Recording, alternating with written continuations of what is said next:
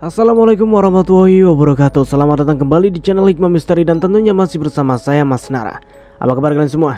Semoga selalu baik-baik saja, saat badannya dilimpahkan rezekinya dan dihindarkan dari segala mara bahaya. Amin. Di kesempatan kali ini saya akan menceritakan sebuah cerita horor dengan judul Tersesat di Hutan Larangan, melanjutkan dari part kemarin. Oke, seperti biasa sebelum ke ceritanya, bagi kalian yang belum subscribe channel ini silahkan bisa subscribe dulu dan aktifkan lonceng notifikasinya agar kalian tidak ketinggalan cerita dari channel Hikmah Misteri yang akan selalu memutarkan hati kalian. Oke, terima kasih, and so get ready to be haunted. Apa ini, kek? Tanya Mas Haikal. Inilah tipu muslihat bangsa jin. Kita tidak boleh terkecoh ataupun tertipu. Ini belum seberapa, nanti kalian akan lihat yang lebih menyeramkan, tuturnya. Aku meneguk saliva dengan susah payah mendengar penuturan Kek Diman. Apa maksud dibalik ucapannya itu? Ayo, kita masuk ke dalam kamar sebelum ada yang datang.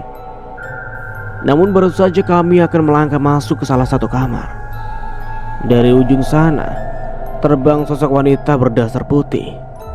Wajahnya sangat hancur dan menyeramkan. Dia terbang dengan memegang nampan di tangannya. Kami langsung bersembunyi di lemari kayu yang usang. Itulah wujud asli karena para pembantu yang bekerja di sini. Dek, jantungku seketika bergemuruh.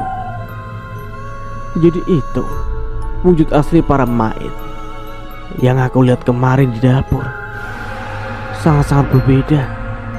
Padahal kemarin mereka sangat anggun dan cantik, apalagi dengan baju khusus maid yang mereka kenakan. Ternyata itu hanya tipu daya mereka. Dan inilah wujud asli mereka. Mereka adalah para makhluk goib yang sudah diatur sedemikian rupa untuk menipu kami.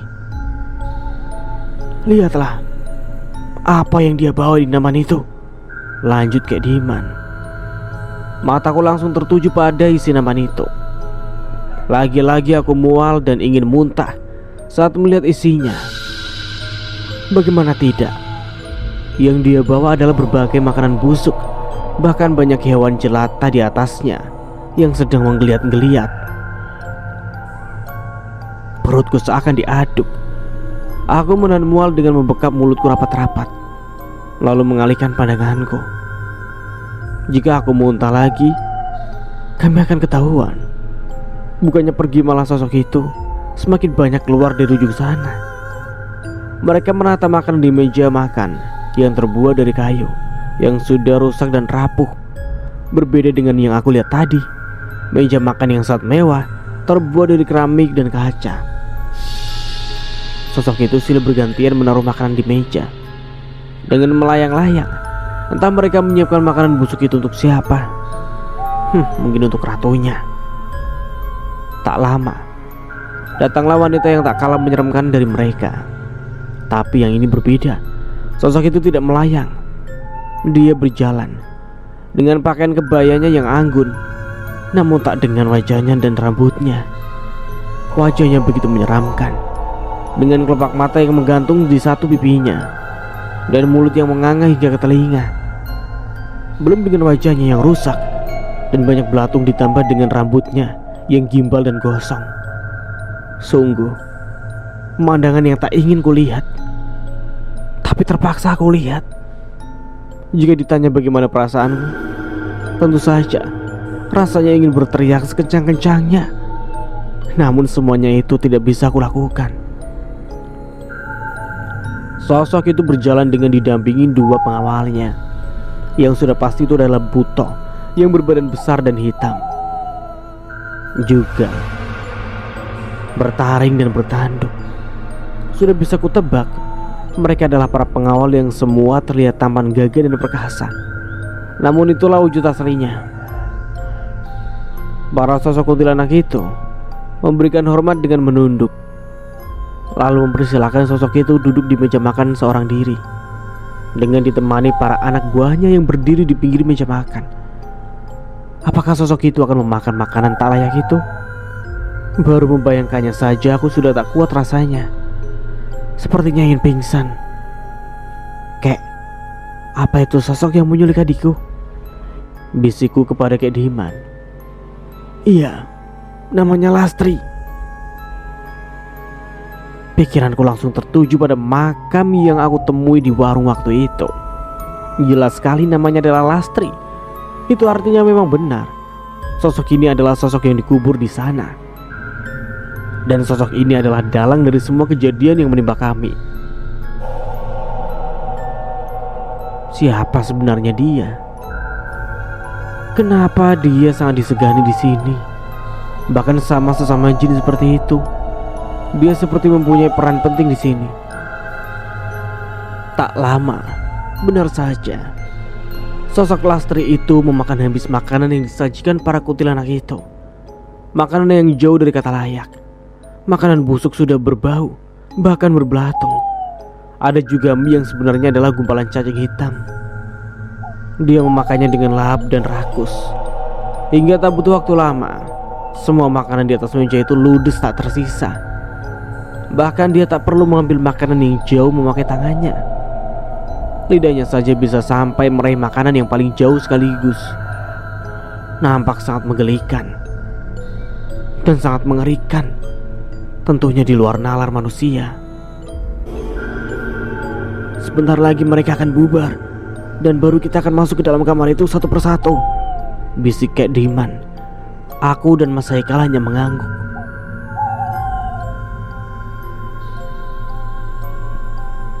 Dengan peluh keringat yang sudah membanjiri seluruh badanku, aku masih menyaksikan gerak-gerik mereka. Lama sekali mereka perginya. Kakiku sudah pegal terus berjongkok. Tak lama sosok Lastri itu melayang pergi menembus ruangan lain dan menghilang entah kemana. Sedangkan para sosok kuntilanak itu saling berhilir mudik membereskan bekas makanan itu. Sampai akhirnya semua sosok sudah pergi meninggalkan ruangan itu. Kami pun keluar dari persembunyian kami dan tak mau menghabiskan waktu percuma. Kami pun langsung masuk ke dalam kamar dengan berpencar agar lebih cepat menemukan Zayan dan Hana. Satu kamar, aku masih belum bisa menemukan apapun. Di dalam kamarnya hanya ada kasur dan lemari yang sudah tak layak pakai. Tidak ada penghuninya. Aku langsung beralih ke kamar kedua dengan mata yang terus awas memperhatikan sekitar. Takut sewaktu-waktu sosok itu datang menangkapku. Setelah merasa aman, aku langsung masuk ke dalam kamar kedua. Dan jantungku seketika berdegup kencang tak beraturan.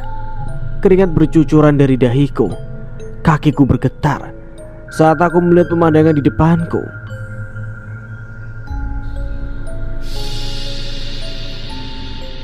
Tangisku pecah saat melihat Zayan dan Hana ada dalam kamar ini. Lebih tepatnya sedang tertidur di atas ranjang dengan wajah pucat mereka. Aku langsung menghampiri mereka lalu mencoba membangunkannya. Namun mereka tak meresponku. Badan mereka juga dingin, sedingin es. Rasa cemasku semakin tak terelakkan. Tak lama Mas Haikal dan Kak Diman masuk ke dalam kamar. Mereka menghampiriku.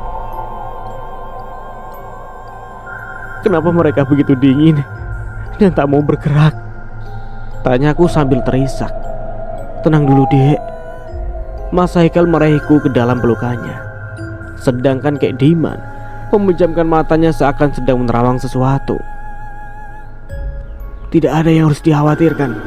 Ini hanya efek karena ruh mereka terpisah dari jasadnya. Apa benar Kek? Iya.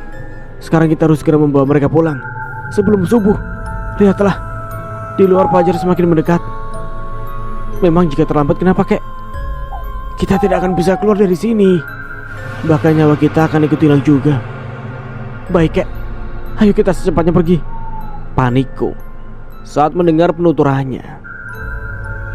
Kita tidak bisa membawa utuh ruh mereka karena ini ruh, bukan jasad. Jadi kita harus mengirim ruh mereka ke dalam jasad mereka. Lalu apa yang harus kita lakukan Kek? Kita harus melakukan pengiriman ruh agar masuk lagi kepada jasadnya. Baik Kek, mari kita lakukan.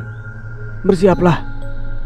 Kami pun membuat lingkaran seperti biasanya jika akan meditasi. lalu memejamkan mata. Beberapa saat kemudian, meditasi pun selesai dilakukan.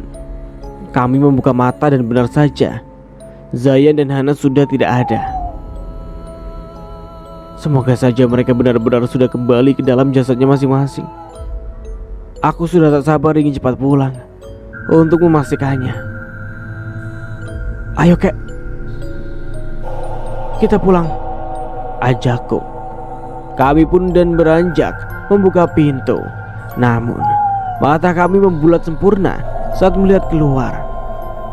Bukan ruangan seperti tadi yang kami lihat, melainkan hutan belantara dengan cahaya matahari yang mulai merangkak naik.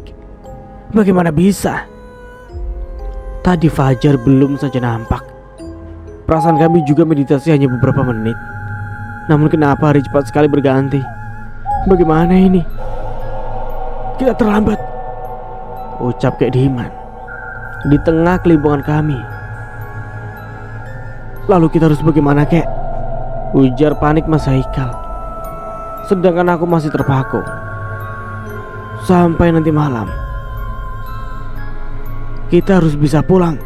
Itu pun jika kita tidak ketahuan sama Lastri. Jika ketahuan bagaimana? Tanya aku. Sudah jelas kita akan disulitkan untuk keluar dari sini. Apalagi Lastri mempunyai anak buah yang banyak. Sekarang saja mereka tidak ada, tapi menjelang suruh mereka akan kembali dan mendirikan kembali istananya. Jelas Kek Diman. Itu artinya kita harus pergi sejauh mungkin dari sini, Kek. Tidak semudah itu. Yang ada di hadapan kita saat ini bukanlah jalan yang benar. Ini juga hanya tipu daya mereka. Jika kita pergi dari tempat ini, kita akan semakin pergi jauh, bukan kembali. Jadi maksud kakek, kita harus menunggu di sini sampai malam nanti? Kek Diman hanya mengangguk, lalu berjalan ke bawah pohon yang cukup besar dan rindang. Kami pun mengikutinya, lalu beristirahat bersama di bawah pohon. Dengan semilir angin sejuk yang membuat mata kami termanjakan. Tanpa kami sadari, kami pun tertidur begitu saja. Oke, kita beralih ke sudut pandang Jasmine. Mit, kok sudah subuh kayak gini? Mereka belum kembali juga ya? Kamu tenang aja, semua akan baik-baik saja, tutur Mita dengan senyum manisnya. Kenapa kamu begitu yakin? Karena aku tahu bagaimana Kek Diman. Memang orangnya bagaimana, Mit? Cerita sedikit saja tentangnya, bujukku. Kek Diman orang yang baik, taat beribadah. Dia juga sering membantu orang-orang yang tersesat di sini. Walaupun hampir 90% mereka tak bisa selamat, jawabnya. Lalu, jika ada yang tidak selamat, bagaimana dengan jasad mereka? Tentu saja dikubur secara layak. Siapa yang mengubur? Tanya aku semakin serius. Kek Diman. Apa makam-makam yang aku lihat waktu itu adalah makam para korban yang tak bisa keluar dari hutan ini ya? Bisa dibilang begitu, serunya. Ceritaan lagi dong, Mit, tentang hutan ini dan penghuni-penghuninya. Sebaiknya jangan terlalu ingin tahu. Itu bisa membahayakan kamu. Membahayakan bagaimana? Kadang ada hal yang tak perlu kita ketahui untuk keselamatan diri kita sendiri, ucapnya yang membuatku bingung. Jadi kurangi rasa ingin tahuanmu demi keselamatan kamu sendiri. Nikmati saja apa yang kamu lihat sekarang, termasuk mengenalku, timbalnya lagi. Kamu benar, Mit. Aku memang terlalu kepo. Dengusku. Tidak apa-apa. Setelah selesai kami mengobrol, tiba-tiba dari dalam aku mendengar lengkungan seorang. Aku langsung teringat pada Kak Zain dan Hana. Seketika itu juga aku masuk dan meninggalkan Mita di balai. Saat aku masuk, aku melihat Kak Zain bangun dari tidurnya. Begitupun dengan Hana. Lengkuhan Kak Zayan sambil merentangkan kedua tangannya. Kak, panggilku, berbinar saat mengetahui bahwa roh mereka telah kembali. Jasmine. Kak Zayan langsung mendekatiku, dan meraihku ke dalam pelukannya. Dia terisak.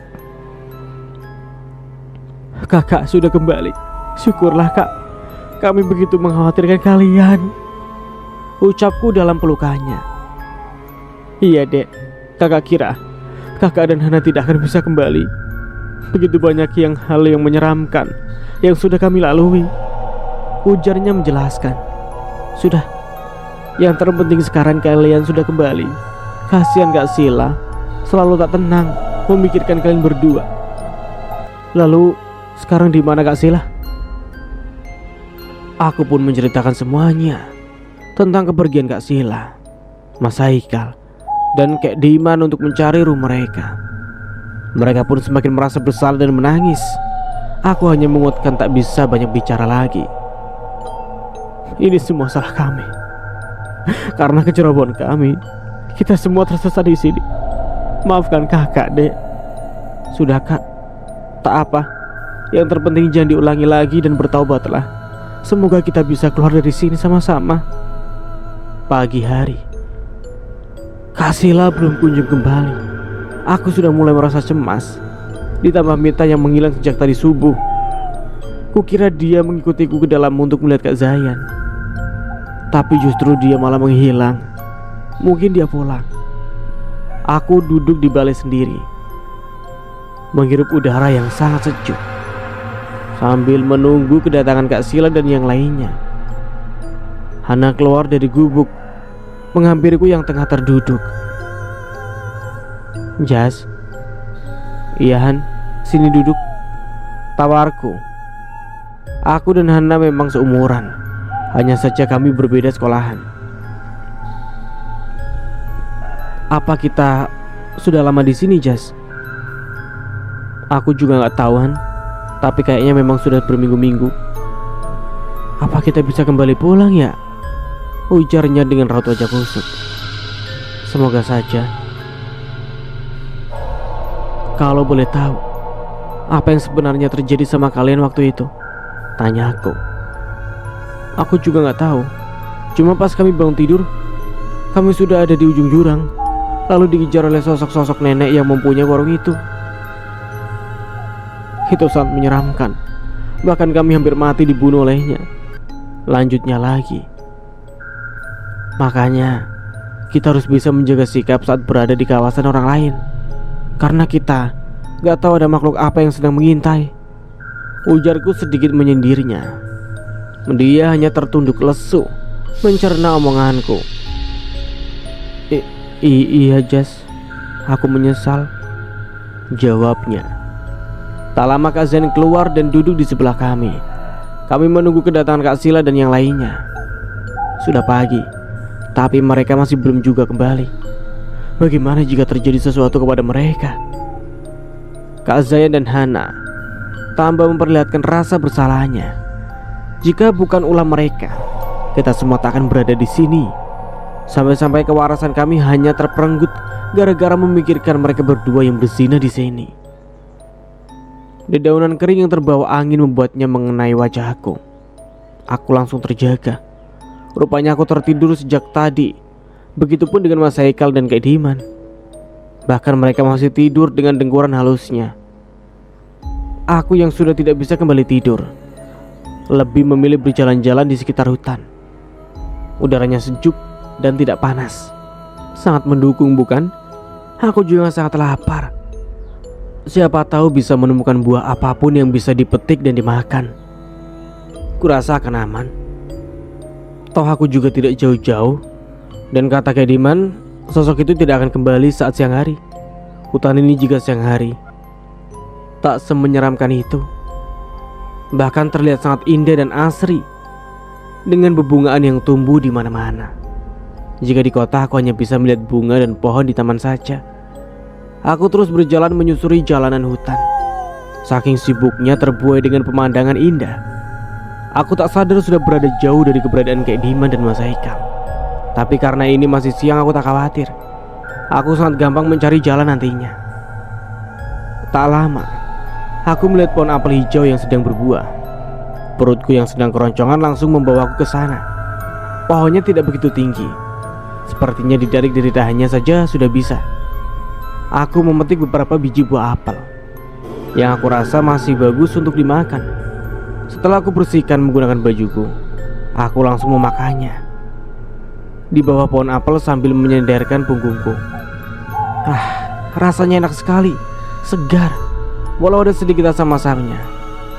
Sayang banget, banyak yang sudah busuk karena mungkin tidak ada yang mengambilnya. Aku akan membawa beberapa untuk Mas Haikal dan Kak Diman. Mereka juga pasti sangat lapar dan sebaiknya aku langsung kembali. Rasanya aku sudah lama berada di sini. Takut jika mereka bangun dan tak melihat keberadaanku, pasti mereka akan langsung merasa khawatir. Aku pun beranjak dari tempat dudukku, kemudian berjalan pulang dengan apel di kedua tanganku. Aku masih mengingat betul jalan kembalinya. Tapi yang membuatku aneh, kenapa aku tak sampai-sampai? Aku seakan kembali lagi ke tempat yang sama, padahal jelas-jelas aku terus berjalan bukan muter-muter. Karena lelah terus berjalan, aku pun beristirahat sejenak sambil menetralkan pikiranku. Mungkin karena aku lelah makanya aku tak fokus, walau hati kecilku mengatakan aku tak salah jalan. Aku mengelap keringat yang keluar dari dahiku. Mataku memperhatikan sekitar untuk memastikan arah jalan yang aku lalui tadi. Sejenak tak ada yang aneh. Namun saat aku perhatikan lagi, banyak jalan yang bercabang entah kemana arahnya masing-masing. Padahal jelas-jelas tadi aku hanya berjalan lurus, tidak belok-belok, dan tidak menemukan jalan bercabang seperti ini. Seperti sedang ada yang mengecoh diriku. Ini hanya jebakan yang dibuat seseorang. Aku tak mungkin salah. Tapi sekarang aku harus apa? Kenapa sih Sila? Kamu harus menjadi orang yang sangat ceroboh. Omelku kepada diri sendiri. Apel yang bersemula berada di genggamanku pun sudah hilang entah kemana. Entah jatuh saat aku sedang berjalan, atau memang aku lupa menaruhnya di mana. Intinya sekarang yang aku pikirkan hanya cepat pulang. Pasti saat ini Mas Haikal dan Kak Diman sedang mengkhawatirkanku. Terik matahari sangat menyengat tubuhku. Padahal tadi cuacanya sangat sejuk dan tidak sepanas sekarang. Aku melanjutkan perjalanan karena takut semakin sore. Walau tak ada jam, tapi aku tahu sekarang sudah menuju sore. Dan harusnya sebentar lagi aku dan yang lainnya sudah bisa pulang ke rumah Kak Diman. Sebelum melangkah kaki lagi, aku berdoa terlebih dahulu. Semoga dijauhkan dari tipu daya yang syaitan akan menyesatkanku. Oke, kita beralih ke sudut pandang Haikal. Aku baru saja terbangun dari tidurku saat dedaunan kering menjaga menerpa wajahku dan mengusik tidurku. Tapi yang membuatku terkejut, aku tak menemukan keberadaan Sila istriku. Padahal tadi kami tertidur sama-sama. Entah kemana wanita itu. Yang jelas Sila adalah wanita yang cenderung ceroboh dan rasa ingin tahunya yang tinggi. Aku mulai panik saat sudah beberapa saat tak menemukan keberadaannya. Padahal aku dan Kak Diman sudah berpencar, namun tetap tidak menemukan Sila. Masalah satu selesai, sekarang datanglah masalah baru. Aku memijat pelipisku yang terasa berdenyut kencang. Sebentar lagi matahari akan terbenam, dan ini akan menjadi mara bahaya lagi bagi Sila jika dia belum kunjung ditemukan sampai gelap. Sosok-sosok itu jelas akan kembali jika malam hari. Entah apa yang dia cari sehingga nekat pergi seorang diri. Kadang aku suka heran dengan sifat keras kepala dan cerobohnya. Jika di kota pun seperti itu. Tapi selama ini aku tak pernah mempermasalahkannya. Menurutku wajar, namanya juga seorang wanita. Tapi jika di hutan seperti ini harus bagaimana? Keselamatannya sendiri yang terancam. Kek, bagaimana ini? Istriku belum juga ditemukan. Tanya aku kepada Kak Diman yang tengah merenung. Dia tidak akan ditemukan dengan mudah. Ada sosok tak kasat mata yang menyesatkannya, seru Kak Diman. Apa itu ulah Lastri dan budaknya, Kek? Bukan, ini sosok lain. Lalu bagaimana, Kek? Ujarku yang semakin khawatir. Sosok ini sama kuatnya seperti Lastri. Bahkan keberadaannya saja susah diterawang. dia menutupnya. Tutur Kek Diman. Aku semakin dibuat frustasi dengan ungkapan Kek Diman. Sosok yang mana lagi yang sekarang yang tengah mengintai kami? Kita harus segera menemukannya sebelum gelap. Atau ucapan Kek Diman menggantung. Atau apa Kek?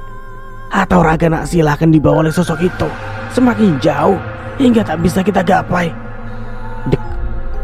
Bagi tersambar petir di siang bolong, aku hanya bisa memaki diriku sendiri karena tidak bisa menjaga istriku. Aku tidak bisa hanya berdiam diri menunggu malam hari. Aku harus segera menemukan Sila apapun yang terjadi. Aku bergegas pergi meninggalkan Kek Diman. Namun baru beberapa langkah, suara Kek Diman terdengar lantang memanggilku. Nah Haikal, ada apa Kek? Saya harus segera menemukan Sila. Jangan gegabah. Jika seperti ini justru kamu akan ikut-ikutan hilang, ucapnya dengan penuh penekanan. Lalu, saya harus bagaimana Kek? Tunggulah, saya sedang mencoba menerawang keberadaan Naksila. Akhirnya aku pun mengalah dan lebih memilih menunggu perintah darinya. Walau kecemasan ini sudah memenuhi isi hatiku, ditambah melihat hari yang kian sore, matahari sudah hampir pulang ke peraduannya. Sudah beberapa menit berlalu, namun Kek Diman masih belum menginstruksikan apapun. Perasaan cemas semakin menjalariku, gelisah dan takut menghantuiku. Tak terbayang jika aku harus kehilangan Sila, wanita yang sudah bersamaku bertahun-tahun lamanya. Walau kami belum diberi momongan, tak menyurutkan rasa cinta kami. Tak lama akhirnya Kek Diman membuka matanya. Pandangannya seakan menerawang jauh dan tatapannya meneduhkan kalbu. Dia selalu tenang menghadapi setiap masalah. Naksila tak bisa dijangkau keberadaannya. Sosok yang menyembunyikannya benar-benar memasang pagar yang tebal agar tak terlihat oleh saya. Astagfirullah. Lalu sekarang harus bagaimana Kek? Kita harus segera meninggalkan hutan ini, karena sebentar lagi akan memasuki suruh. Pintu pulang akan terbuka dan pintu gaib pun akan segera kembali. Bagaimana bisa Kek kita pergi meninggalkan Sila yang tak diketahui keberadaannya sekarang? Aku meninggikan suaraku. Tak habis pikir dengan pikiran Kek Diman. Seketika aku pun tersulut emosi. Tidak ada jalan lain untuk saat ini. Jika kita masih di sini setelah istana gaib itu dibuka, maka kita semua akan tersesat dan tidak akan bisa kembali seorang pun, jawabnya. Tenangkan dirimu. Saya tidak mungkin meninggalkan Naksila begitu saja. Tapi kita tidak bisa terburu-buru atau akan salah langkah. Kita bisa pikirkan lagi setelah keluar dari hutan ini, lanjutnya lagi, yang masih membuatku terheran. Aku tak mampu bicara.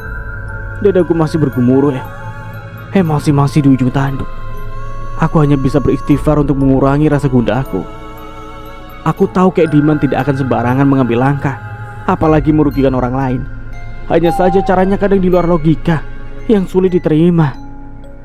Percaya sama saya. Apa selama ini saya pernah menipu kalian? Apa selama ini saya membantu kalian pernah meminta imbalan? Pikirkan pakai kepala dingin, Haikal, ungkapnya. Maafkan saya Kek. Tadi saya tersulut emosi. Saya tidak bermaksud, ujarku malu saat mendengarkan kenyataan yang diucapkan Kek Diman. Itu benar adanya. Dia tidak pernah meminta apapun dari kami selama dia membantu kami. Ucapannya seakan menamparku dengan telak. Tidak apa-apa. Saya paham dengan posisi Haikal. Namanya kehilangan seorang istri pasti panik, bukan? Aku hanya mengangguk. Baik, kalau begitu sebentar lagi kita akan pulang. Tinggal menunggu terowongan tersambung, pikirnya. Maafkan Mas Sila. Mas jadi akan segera menemukan kamu dan membawa kamu pulang, batinku. Matahari semakin tenggelam, hingga hanya menyisakan awan oranye yang sebentar lagi akan berganti dengan awan hitam. Itu tandanya surup semakin dekat. Aku hanya melamun memikirkan keadaan Sila di luar sana, sampai tepukan menyadarkanku. Ayo Haikal, terowongannya sudah ada. Aku langsung melirik ke arah yang ditunjukkan Kek Diman. Dan rupanya benar, terowongan yang membawa kami kemarin ke sini, yang tiba-tiba menghilang, sekarang sudah ada lagi. Entah sejak kapan aku tak memperhatikannya. Aku pun bangun dan berjalan beriringan memasuki terowongan bersama Kek Diman. Sebelum benar-benar pergi, aku melihat lagi ke belakang. Masih tak percaya jika Sila tak bersama kami. Hari sudah semakin gelap dan aku masih tersesat di sini. Ya Allah, apa hidupku akan berakhir di sini? Aku menangis terisak seorang diri. Ini memang akibat kecerobohanku. Tapi apa tidak cukup hukuman untukku selama berada di sini? Tenggorokanku sudah sangat kering. Dari tadi aku hanya terus berjalan tanpa air dan makan. Walau aku terus berjalan, tapi aku hanya berputar-putar di tempat. Apa Mas Haikal dan Kak Diman sedang mencariku? Maafkan aku, Mas, karena ulahku sekarang kalian lebih sulit lagi. Aku janji setelah berhasil keluar dari sini, aku tidak akan menjadi orang yang ceroboh dan keras kepala lagi. Aku janji, Mas. Gumamku di setelah tangisanku. Beberapa saat kemudian, aku melihat banyak bayangan-bayangan yang melesat di depanku. Entah apa itu, tapi larinya begitu cepat sehingga tak terlihat. Hanya sekelepatannya saja yang nampak. Aku panik. Rasa takut mulai mendidih di kepalaku. Aku tahu itu bukan manusia, apalagi kalau bukan makhluk halus di tempat seperti ini. Terang bulan sedikit membantu penglihatanku. Setelah sosok itu hilang, aku bernapas lega. Semoga dia tidak kembali. Namun ternyata salah. Tanganku ditarik seseorang. Lalu seperdetik kemudian aku ikut melesat begitu saja. Tak lama aku berhenti di depan sebuah bangunan, dan mataku seketika membelalak melihat bangunan yang nampak indah. Tak sebesar istana Lastri, namun ini juga tak kalah megah. Banyak lalu lalang manusia di dalamnya, seperti ada pentas yang akan mereka hadiri. Karena ada banyak suara gamelan dan musik lainnya yang berasal dari dalam sana. Aku malah bingung harus melakukan apa. Lebih baik aku segera pergi. Aku takut ini hanya tipu muslihat bangsa demit. Namun baru saja membalikkan badan untuk meninggalkan tempat itu, aku terhenti karena panggilan seseorang. Dan aku sedikit heran dengan panggilan itu. Tuan Putri. Aku membalikkan badan untuk melihat sosok yang memanggilku. Aku terdiam sejenak. Saat menatapnya. Berdiri 3 orang perempuan dengan pakaian pelayan di hadapanku. Lalu siapa yang mereka panggil Tuan Putri? Tuan Putri mau kemana? Tuan Raja sudah menunggu di dalam. Mataku semakin membulat saat mendengar penuturan mereka. Apa yang mereka maksud adalah aku. Tapi kenapa aku? Aku bahkan hanya manusia biasa. Apa kalian berbicara kepadaku? Tanyaku. Tentu saja Putri. Mari kita masuk.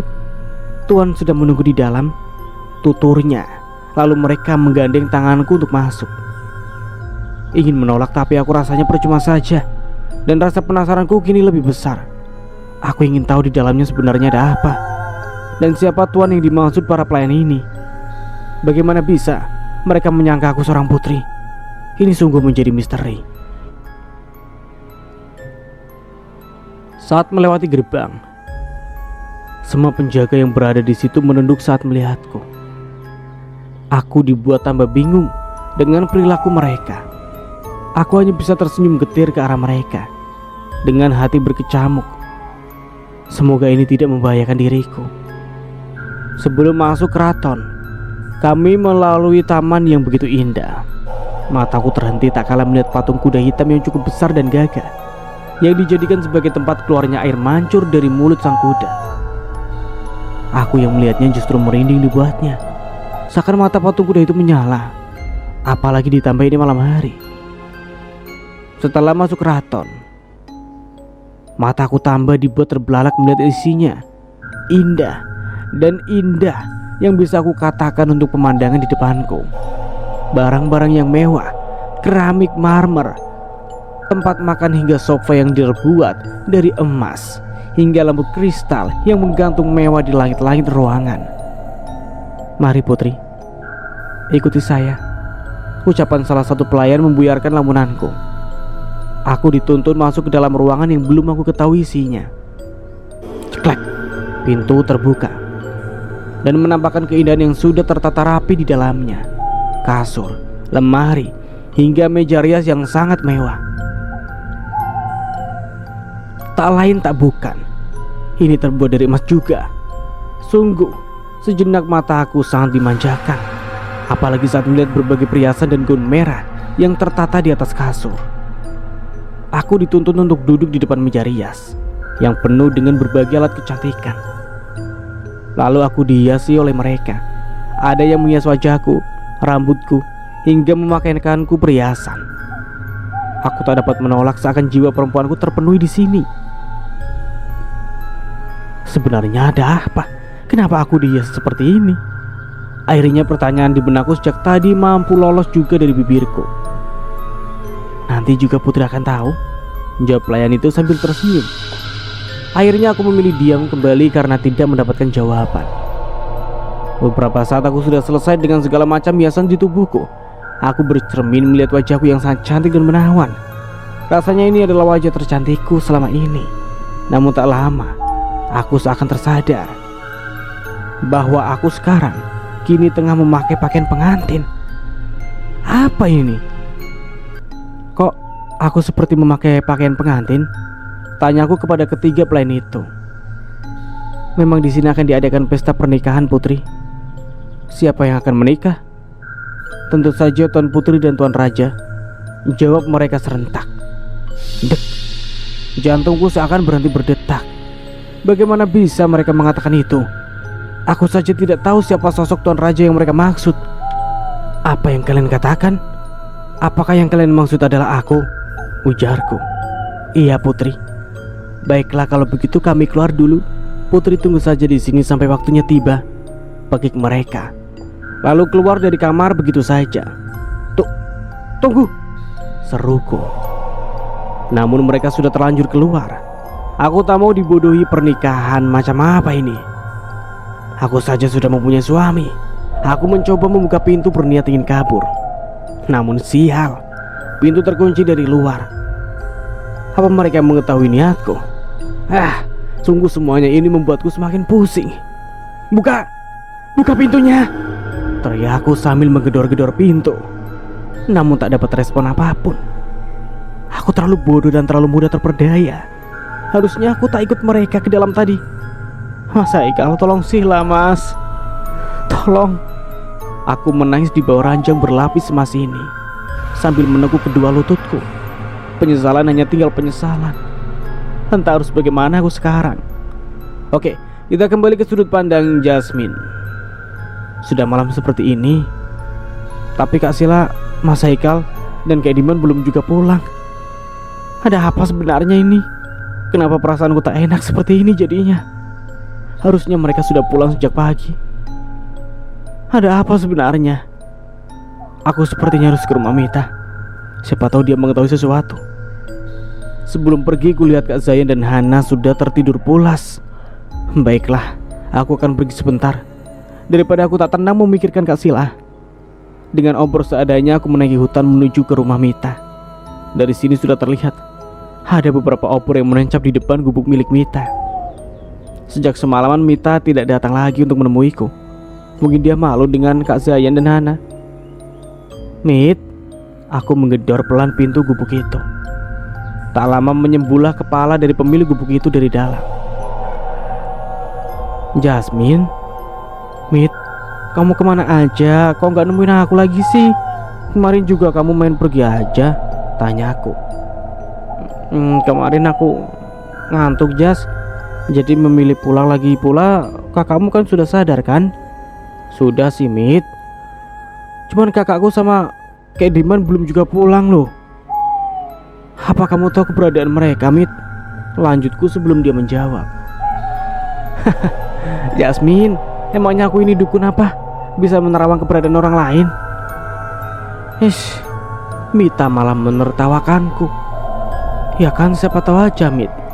Kamu kan sudah lama di sini. Siapa tahu sudah tahu seluk-beluk hutan ini. Aku mengkhawatirkan mereka, pekiku. Sudah, jangan panik. Mereka pasti baik-baik aja. Coba sekarang kamu pulang. Pasti mereka sudah pulang.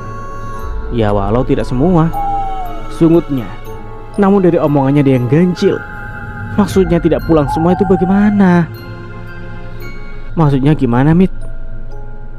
Siapa yang tidak ikut pulang? Dan sampai di sini dulu ceritanya.